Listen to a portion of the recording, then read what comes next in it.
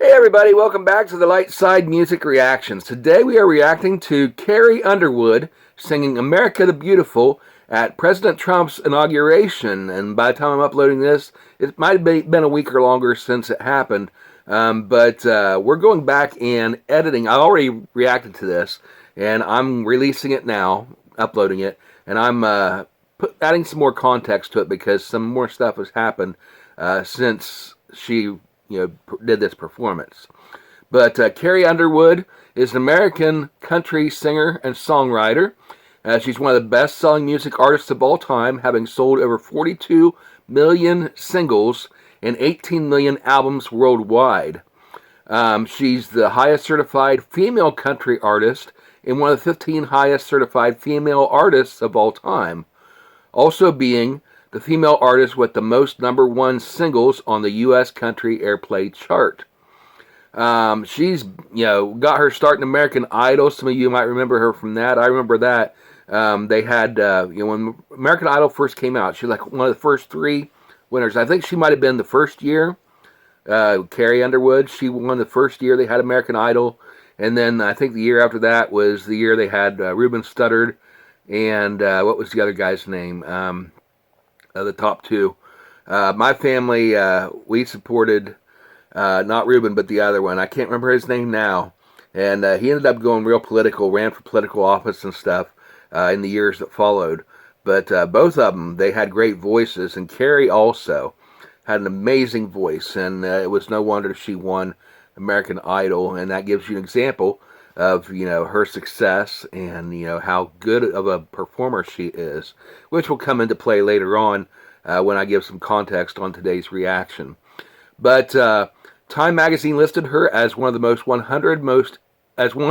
100 most influential people in the world back in 2014, and Forbes declared her the most successful American Idol winner. And so some of the songs that she has sung, you might recognize. Jesus Take the Wheel was a big one. And that was so big that phrase, Jesus Take the Wheel, has just become part of common vernacular now. It's just a phrase that people use a lot of times whenever you feel like things are just going crazy and you can't handle it. You just throw up your arms and say, Jesus Take the Wheel, sort of thing. That comes from that song by Carrie Underwood. And there's a local group down around where I live that helped us record our first studio album, the Marvin and Dina Clark Family, and they recorded a version of Jesus Take the Wheel. But some other songs that she has done, Before He Cheats. I remember that one. That was a kind of a fun little song about a woman that catches her husband cheating, and so she gets her revenge in a really unique way. Let's see, Something Bad, How Great Thou Art. She's recorded a version of that, so that'll be interesting. Maybe I should react to that sometime on here. That's on her greatest hits album. That would be a great reaction for this channel, especially since I haven't heard her version of that. She also sings Cry Pretty, Church Bells, Good Girl, Temporary Home, Dirty Laundry, and Remind Me with Brad Paisley. So a bunch of songs that she's written and a bunch of songs that she's sung that a lot of you guys might recognize. I don't think we've reacted to her yet on this channel, so this will be our first time reacting to her. But if you want to hear some more reactions to Carrie's music, go ahead and give me some suggestions in the comments down below as to which songs you think I should react to first. But anyway, let's go ahead and check this out. This is her singing the song America the Beautiful, otherwise known as Oh Beautiful for Spacious Skies, at the inauguration.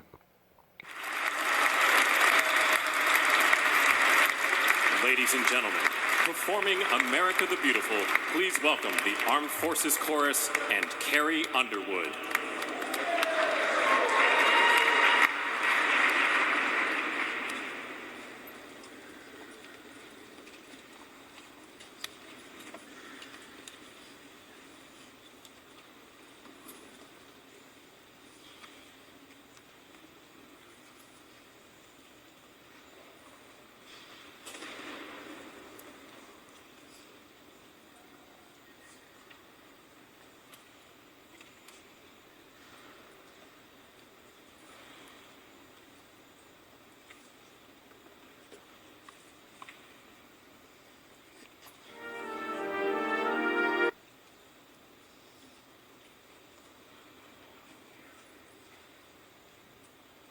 What, did they cut the music for copyright or something?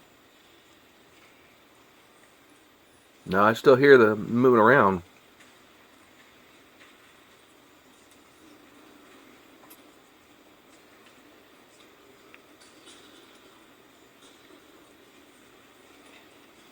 Must be some technical difficulties. Yeah, that's awkward. See, that's what happens when you record with pre-recorded music. You know, technology. It's great when it works, but it's a bear when it doesn't. Even performing live with instruments, you know, with my band, we've had situations where we perform live and, you know, something will go wrong. Famously, the first 2 times we played in front of an audience, the bass player forgot to plug in his bass amp. And so we were up there starting our song, got halfway through the first song the first time we played out before we realized that, you know, he was unplugged. Second time we played, a couple months later, same location, he forgot to plug in his bass again. We got a couple bars in this song. There we go. Skies for amber waves of grain. Oh, she's doing it a cappella. For purple mountain majesties above the fruited plain. America,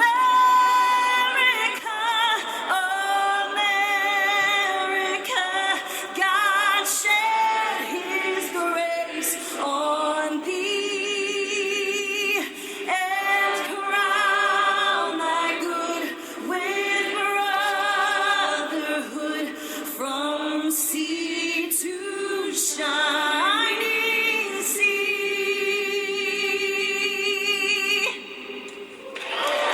All right, good job. Good job, Carrie. Good job, audience. They work together to get it done. Great job.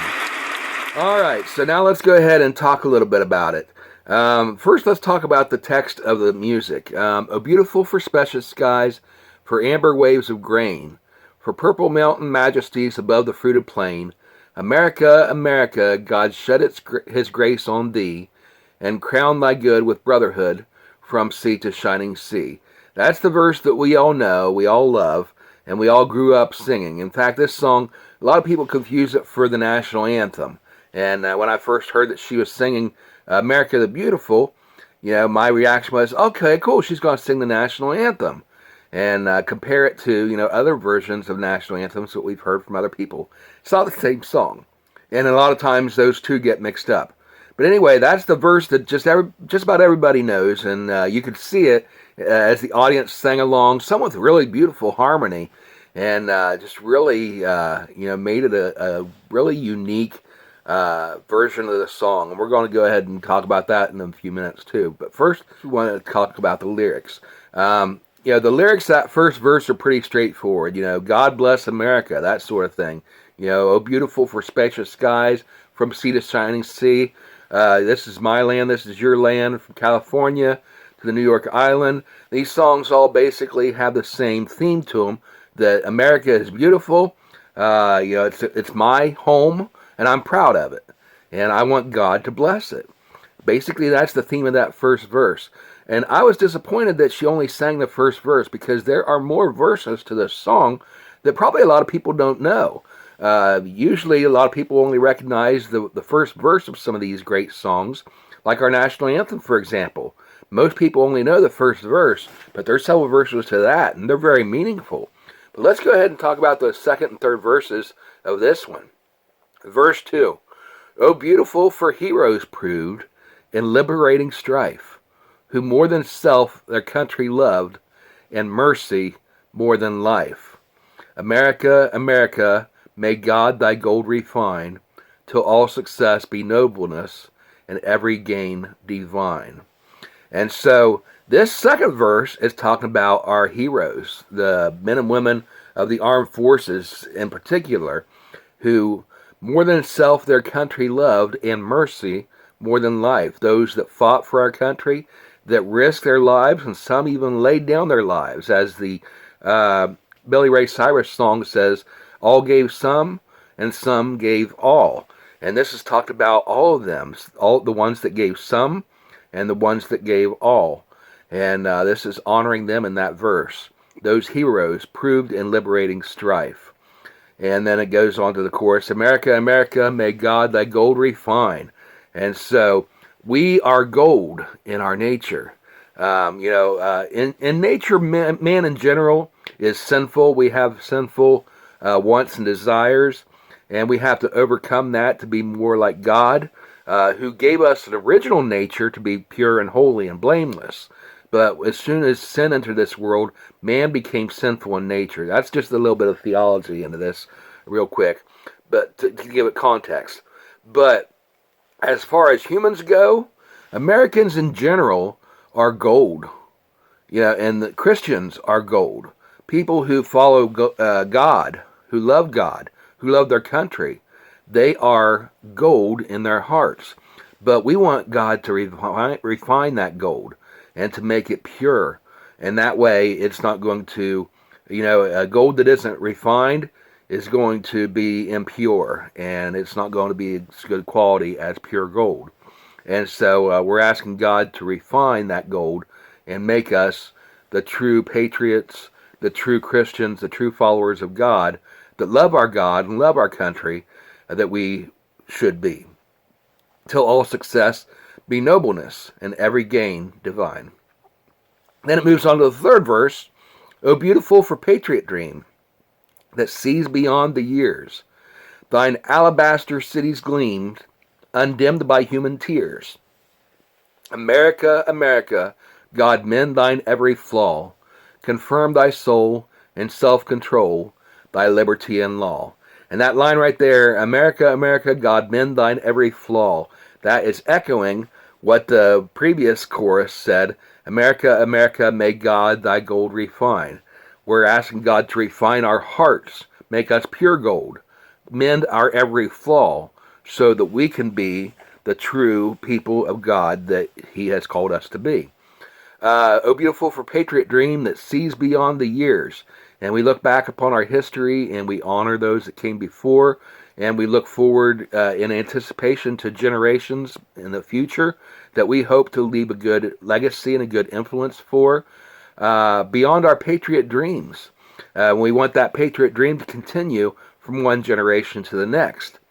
Thine alabaster cities gleam, undimmed by human tears. And the cities in heaven, is a wonderful place that we all look forward to. And, we want this, as Ronald Reagan said, to be that shining city on a hill that could be Earth's example of what heaven is going to be like. And, we sing the song Country Roads about West Virginia being almost heaven. Blue Ridge Mountains, Shenandoah River, all these places that we look upon. John Denver also sang about the Rocky Mountains and, how just recognizing all the beauty of God's creation around him and imagining that heaven could only be so much better. And realizing how hard that is to imagine with all the beauty of this earth. And we think of the alabaster cities, undimmed by human tears. There's lots in this life that we love and that we're proud of, and we want to continue living this life because as difficult as life may seem at times, we love our life. It is good to have life. But, imagine how much greater heaven is going to be when we get there. It's going to be undimmed by human tears. As good as this life is, we've got sin, we've got pain, suffering all around us that diminishes just how wonderful and how beautiful this creation is. But once we get to heaven, as the line says here, thine alabaster cities gleam, the cities in heaven, they gleam undimmed by human tears. And we want America to be a small example of what that will be like. So that's the lyrics to America the Beautiful. And I wish that we knew the verses to the second, third verses as well as we did the first verse. Same thing with the national anthem. And I'll get to that at some point as well and talk about that in detail. some other time. But let's talk about this performance. I thought it went really well. She did a great job. With the technical difficulty, I was starting in my reaction to talk about a situation where our band had technical difficulties. I told the first half of the story about, while there was the silence there. Then I got interrupted when she started singing a cappella. To finish out that story, the second time our band performed live and realized halfway into our first song that the bass player forgot to plug in his amp, we just stopped the song and went over and plugged it in. That's another example of a week or two ago, and I think one of my Bee Gees reaction videos, I was talking about technical difficulties and how you react to problems that happen when you're performing live. And you just laugh it off and you brush it off and you just have fun with it. And that's what we did. Is we just kind of laughed about it. It's like, oh, Todd forgot to plug his bass in. And so we plugged it in. And that became a joke for a while. After that, he never forgot to plug his bass in again after he did it twice in a row, our first 2 times playing. After that, the joke with the band ended up being me breaking guitar strings. Every time I broke a guitar string, we'd have to make a joke about it, and the audience would almost anticipate, okay, the band's getting ready to play. Let's watch and see how long it takes Kevin to break a string. And we ended up that ended up becoming our joke, our running joke about technical difficulties. But anyway, I thought she handled that great.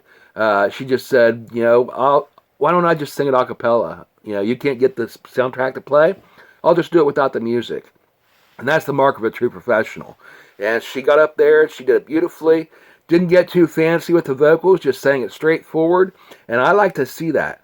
I like to see that more often. Instead of these artists get up there and get real fancy and show off and try to just make a big deal out of it, just sing it straightforward so that the audience can sing along and enjoy it. That was great that she encouraged the audience to sing along. You could hear the audience singing in harmony. It's just like in a church service when you're singing, you can hear when you're singing in a church service and nobody's singing out. It's a sad thing when all you can hear is the piano, and if something happens and the piano gets shut off, like if it's plugged into electricity or an amp or something, and something happens and then it stops, and then you hear the audience and there's nobody singing. That's pretty sad. Or whenever the worship leader, like for example, when I lead worship in my church, I'll be singing along and something will happen. I'll have to stop and catch my breath, and there won't be anybody else singing. That's real sad. And so it's beautiful whenever you have a situation like what's happening here. And if she had stopped singing, you would still hear this beautiful choir singing in beautiful harmony. And that's a lot of times whenever a performer is singing a cappella and they do that and they stop singing and they just let the beautiful music, the harmony of the audience come out, it's a great experience to be there live and to experience something like that. And so I thought it worked out really well. But anyway, after Carrie did this, and actually it's a little bit before, I think, but mostly afterwards, she had some backlash from the public for agreeing to sing at the president's inauguration. And of course, most of the opposition to this, if not all of it, was from people on the left who just simply didn't like President Trump. And anybody that would go to the inauguration and especially participate in it, they want no part of you anymore. A lot of Carrie's fans said, if she's going to sing at the inauguration, I'm going to burn my records, sort of thing. And you've heard that throughout history, a lot of people doing that. Something happens with one of their favorite artists, and they just boycott them and start to destroy all their memorabilia. They do that with celebrities of all sorts, even like sports stars. I've seen people burning their sports jerseys because their sports star did something that they disagree with or whatever. But anyway, she got a lot of backlash, and part of that was from Ariana Grande. A Country Cast reports that Ariana Grande dissed Carrie Underwood over her participation in the Trump inauguration. And so let's go ahead and listen to this broadcast of Country Cast and talk about that. When Carrie Underwood announced she'd be performing at President Trump's inauguration, many of her fans said they would boycott her. And now we have the results. Carrie Carrie Underwood's been getting rave reviews for her performance at the inauguration, which was somewhat off the cuff. After some technical difficulties, Carrie looked over at the producer and said, "I can just sing it." And then she belted out an amazing a cappella rendition of America the Beautiful. Here's a bit of that historic moment. Yeah, there she just said, "I can just sing it." Know the words, help me out here. Help me out here. Beautiful for spacious skies. There's even President Biden stand behind her While singing. Carrie Underwood's been getting rave reviews from many of her fans, and even picking up a lot of new ones, she also faced significant backlash. On The View, Joy Behar even called her love of America into question, simply for performing at the historic inauguration. She says, "I love our country." How do you love your country and support and normalize somebody who was a convicted felon who Oh, my wants to goodness. destroy the country, in my opinion? I don't understand how you say you love your country at the same time as you normalize this convicted felon. Carrie, All right. Now, that really ticks me off. Of course, you expect that sort of thing from Joy Behar and The View. But, you know, in your opinion, Joy, yeah, he's a convicted felon. In my opinion, he was set up. He was framed. In your opinion, Joy, it is disgraceful because he wants to destroy our country. In a bunch of Americans' view, Joy, he wants to save our country. He wants to make America great again. Not destroy it, to heal it. And so you have your political opinions, I have my political opinions, and don't blame people that support half the country that supported him and voted for him, over half the country, because he won the election, right? He won the popular vote and the Electoral College, which is, I believe, the first time that's happened in presidential history for maybe over a century. I think it's happened once before, they said, but it's been years. It's been a long time. Certainly not in my lifetime it hasn't happened. And so it just really burns me that she would really, you know, be so adamant about that he's a convicted felon over something like this. It was obviously, you know, you look into the facts of the situation, this was a witch hunt. He named that properly when he called it a witch hunt. It really was. And it's just sad. But let's go ahead and pick back up. Ariana Grande, they're starting to talk about. explained why she opted to perform in a statement, saying, "I love our country, and I'm honored to have been asked to sing at the inauguration and to be a small part of this historic event. I am humbled to answer the call at a time when we must all come together in the spirit of unity and looking to the future." And All right. So that was basically really not even a political view that she expressed there. She wasn't even expressing support of him personally, but just respect for the office. She said, "I love my country, and I'm honored to have been asked to sing at this event, to be a small part of this historical event."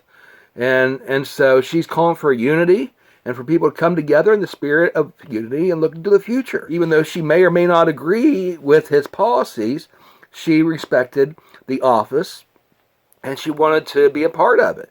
And so I still don't know what her politics is. Carrie Underwood has famously avoided getting into politics for much of her career. And so she may not even be a Trump supporter. And she's getting a lot of backlash just for performing at this event that even President Biden and Vice President Harris were at, participating in. And, you know, all the past presidents, Obama was there, Biden was there, and they all participated in it. They were up on that stage. And so is Joy Behar going to criticize them for participating in it? For supporting this convicted felon, as she wants to say? Just craziness. future. And even one of her own fellow artists threw shade at Carrie. Ariana Grande liked this post about Carrie's performance, which says, "Girl, find the note in the caption," implying she was singing out of key. Okay, you guys heard it. You guys heard the audio of her performance. Did she go out of key even once? Even once did she come close to going out of key? Somebody needs to send this video to Phil from Wings of Pegasus. You guys check out his chance if you're going to get a chance. He spells his name F-I-L. but his channel is called Wings of Pegasus. I think that's his band name that he used to be part of. But he does these reviews where he goes over these supposedly live recordings and analyzes them, watching the on-screen lines to see how sharp and flat they go, and analyzing to see if it's truly live or if it's been manipulated. And so somebody needs to send him that, and he'd be able to do a great analysis for you to let you know. Was she, really out of key? Was she singing sharp or flat? Was she, really butchering it, as a lot of artists have done with the national anthem, for example, over the years? And we'll get to that. Super Bowl's coming up, and somebody's going to do the national anthem for that. So when that comes up, we may have to do a reaction to that, and maybe discuss some of our best and worst renditions of the national anthem. So go ahead and comment those down below as well. What are some of your favorite bad and good renditions of the national anthem? And then when it's time for the Super Bowl, we'll maybe react to some of those for that week. But anyway, I thought she did a fantastic job. Just singing, as I said, straightforward, not getting too fancy with it. And honestly, I wish more artists, when they did these songs and performances, would do it just the way she did it. Don't try to get too fancy and show offy with it. Honestly, that's a put off for me. Ariana Grande, criticizing her, saying she was out of key. Are you kidding me? She sings much better than Ariana Grande, in my opinion. Now, I'll be perfectly honest with you. Ariana Grande has a great voice. Assuming, of course, that she's not singing with the auto-tune. The way these Disney stars, nowadays, they're all auto-tuned and stuff, and pitch corrected. And so you don't know these days, a lot of these pop singers, how much of their voice is manipulated, and that's not really their true voice. But her style of singing, Ariana I'm talking about, is the same as the girl that sings Genie in a Bottle, Christina Aguilera. And I can't stand that vocal style. And a lot of today's pop stars sing that way, just doing scales and stuff while they're singing a line that you can just sing it straight forward and it'd be beautiful. Carrie's rendition of this, singing straightforward, is a perfect example of how it sounded much better than if Ariana Grande or one of these other pop stars would get up there and do their vocal scales on every single note. And so it's a matter of taste, it's a matter of opinion. But in my opinion, I think Carrie did a much better job with this than Ariana Grande ever could. My personal opinion. For all that talk of boycotting Carrie Underwood, we now have the data, and it's clear it backfired. Carrie now occupies 3 of the top 10 spots on the iTunes country album charts, including number 1 and number 2. Her 2012 gospel album, My Savior, sits at number 1, and her greatest hits record, number 2. And out of the top 100, she has a massive 8 albums on the charts currently. Wow. 8 out of 10 albums on the charts today are hers. Anyway, they referenced one of her gospel albums on there. I'm going to have to do some reactions to Carrie Underwood. So go comment down below. What are some of your favorite Carrie Underwood songs? I'm going to definitely check out some off of that gospel album, because I don't think I've heard any of her gospel songs. And that'd be perfect for this channel. But anyway, yeah, I think that's funny. What goes around comes around. The cancel culture comes out, tries to boycott her, and she's doing much better today than she was doing last week. They ended up helping her. It backfired. So what do you think about the boycott and her performance? Let us know in the comments. All right. Well, that's it for that. I'm going to go ahead and shut that off. But go ahead and let me know in the comments. What do you think as well? Comment here. And then before you go, head over to the link in the description, and you can watch the original video that I reacted to of her performing America the Beautiful without me talking over it, and you can actually listen to it and be able to tell for yourself whether you agree with Ariana Grande, that she was out of tune and pitchy, or if you, and that's with a P, pitchy, just so I don't get censored on here, and or if you agree with me that she did a fantastic job. Anyway, comment down below. If you enjoyed my reaction, hit the like button, subscribe to the channel, and turn on notifications so you know whenever we add new content. Thank you guys for watching, and we'll see you next time on the Light Side Music Reactions. Have a great day, everybody. Bye.